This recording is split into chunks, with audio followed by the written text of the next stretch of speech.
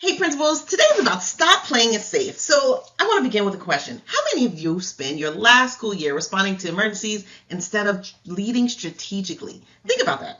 Most principals don't kind of struggle because they lack passion. They struggle because their everyday reaction is somebody else's priorities, right? So think of the difference between an administrator who actually survives and one who actually transforms a school. So this is about, a play it safe principal reaction to whoever complained the loudest yesterday. So today you're going to be a ruckus maker that designs the system before the school year begins. I like to always tell principals, think about your indirect impact that drives huge gains, especially with students, right? So many of us believe that kind of, the improvement, achievement, personally solving everyday instructional issues or problems.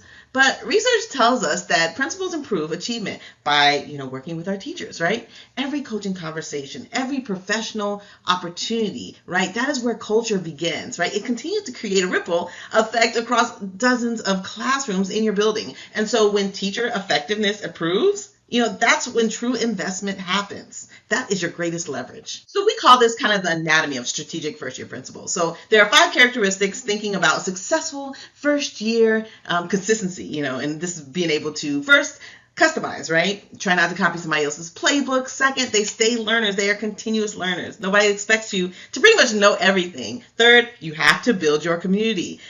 Leadership is hard enough to be done alone.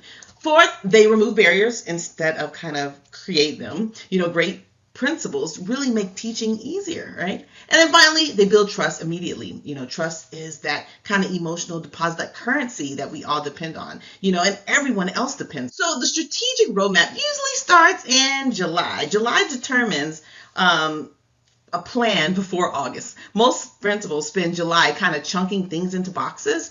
Strategic principals build those systems, right? They're the 5 priorities: the instruction, the culture, the policies, the professional learning, and of course the operations. And notice instruction is always first. Facilities matter, yeah. Schedules matter, yada, yeah. But instructions is pretty much why our schools pretty much are thriving. So everything else supports teaching and learning. And so when July is very intentional, August becomes manageable. So think about those bite-sized chunks. Now, we do this in business a lot, but thinking about education, audit your school with pretty much a SWOT analysis. And you can do this with your team, your leadership team. So before you kind of change anything, understand kind of what is your year and what you're leading. A SWOT analysis creates clarity in any company, any organization. So what are your strengths that already exist? Some of our weaknesses that continue this slow progression. Where are the opportunities that no one has pursued or we haven't really delve into? What threatens could really derail our current vision that we have? Many times too often we spend our energy on kind of fixing our weaknesses. And sometimes our greatest opportunities come from truly maximizing our existing strengths that we have in our school building. So I know some of our principals kind of like dread this time, especially like thinking of design, right? That master schedule, pull hair out today. So scheduling that leadership, right? That master schedule that communicates your core values. We always start by reflecting, right? What matters the most? Next, explore. Consider what our staffing looks like, resources, what our student needs, and then finally, our design is very intentional, right? Every minute should support our instructional priorities, right? A schedule should never kind of, this accidentally happened, right? It should be very intentional. So now we're talking about what do we need to do to prioritize our students' needs. So thinking about the master schedule isn't the convenience of the adult, it's about the opportunities for our students. So kind of ask yourself, does every student receive equitable access, right? Are our interventions time protected for our students? Do teachers have the time they need to collaborate? Professional collaboration, we know, isn't one of those, that is one of the things we need to definitely have. And so when teachers work together, they improve together, students improve together. Just protecting that collaborative planning time is like protecting the instructional time. So I say this is how are we nurturing our retention? So think about that year-long onboarding that needs to be in place. Most students onboard teachers maybe 2, maybe 3 days max, sometimes a week, sometimes 2 weeks, and then expect just sheer excellence. And we know that it takes longer for any teacher to kind of get acquainted with the school building. So great schools onboard for the entire year. Now you may say like, oh my God, Cassandra, that's a lot. But thinking about what are the different touch points that you can have for that teacher, support begins, before the teachers arrive, and it continues during the orientation, and then throughout the first month, and then the second month, and then the semester, then the first year, and retention starts so long before someone even thinks to consider leaving your building. And so now that brings me to meaningful teacher orientation, right? So is that sense of belonging included, right? Orientation should include that. It shouldn't overwhelm, should introduce, hey, this is our mission, of course, the routines, this is how kind of we work at our school. Here's the technology piece, here's the onboarding, here's the IT, here's the pieces. So you have all the pieces necessary for you to be successful, and then with the technology becomes practice. What does that look like? And then how do we clarify the teacher's expectations? And most importantly, how do we connect our teachers with other people in the buildings, right? Teachers stay when they feel supported by not only you, but the fabric of the school culture. And so these relationships retain teachers more than all these documentation and paperwork will ever will. Okay, so here we go. Quarter one, build trust. First quarter isn't about changing everything. No, it's about listening, being very intentional.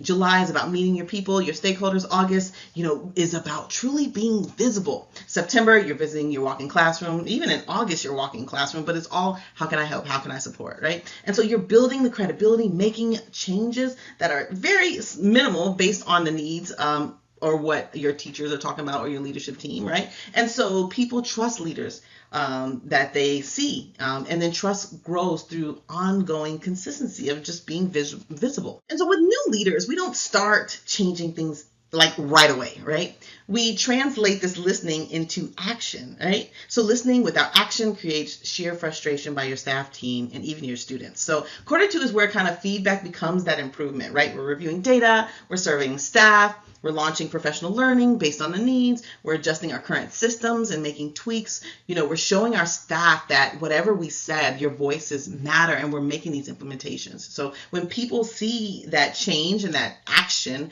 from leadership, it deepens the trust. All right, so now we're at quarter three, quarter four. It doesn't stop during winter break. January is kind of that reset season, but March becomes planning season. May becomes celebration, right? We're celebrating our yearly goals, the things that we were successful with. And great principles, of course, finish stronger than they start. So being able to recognize that, celebrate your wins, reflect, be honest, be transparent, and begin preparing for next year's success way before summer arrives. And reflection is big.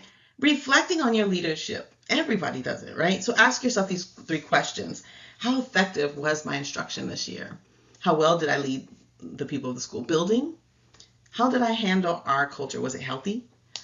Thinking about leadership and how is it measured of how busy we are, or we were, right? It's measured by the impact we create, and reflection turns that true experience into wisdom. Now you may say that other things matter, but the number one thing in my eyes that matters is trust. Trust is the only currency that compounds, right? Trust goes slowly, but once it's earned, it is golden. Everything becomes that much easier. People communicate honestly, teachers are creative, they innovate, students do well, families engage, trust just continues to compound over time. So it's very important we protect what we value and deliver on our promises when we lead people. We're not just kind of simply check managing tasks. We try to remember one idea today for tomorrow, but remember this slide, trust is crucial. So we have a couple of weeks left. Design your year on purpose, right? So we're going to close with this. Just exceptional schools don't just happen, right? Exceptional leadership is design. Create your day 191 day vision, right? Find people who challenge you, encourage you. Look for other leaders. Lead intentionally. Your school deserves more than just a busy year. It deserves a purposeful one. So continue. And here is my challenge for you. Stop reacting, start designing, and go make ruckus, right? Ask your participants to complete the following sentence on an index card. This year, the one leadership commitment I will intentionally make is blank.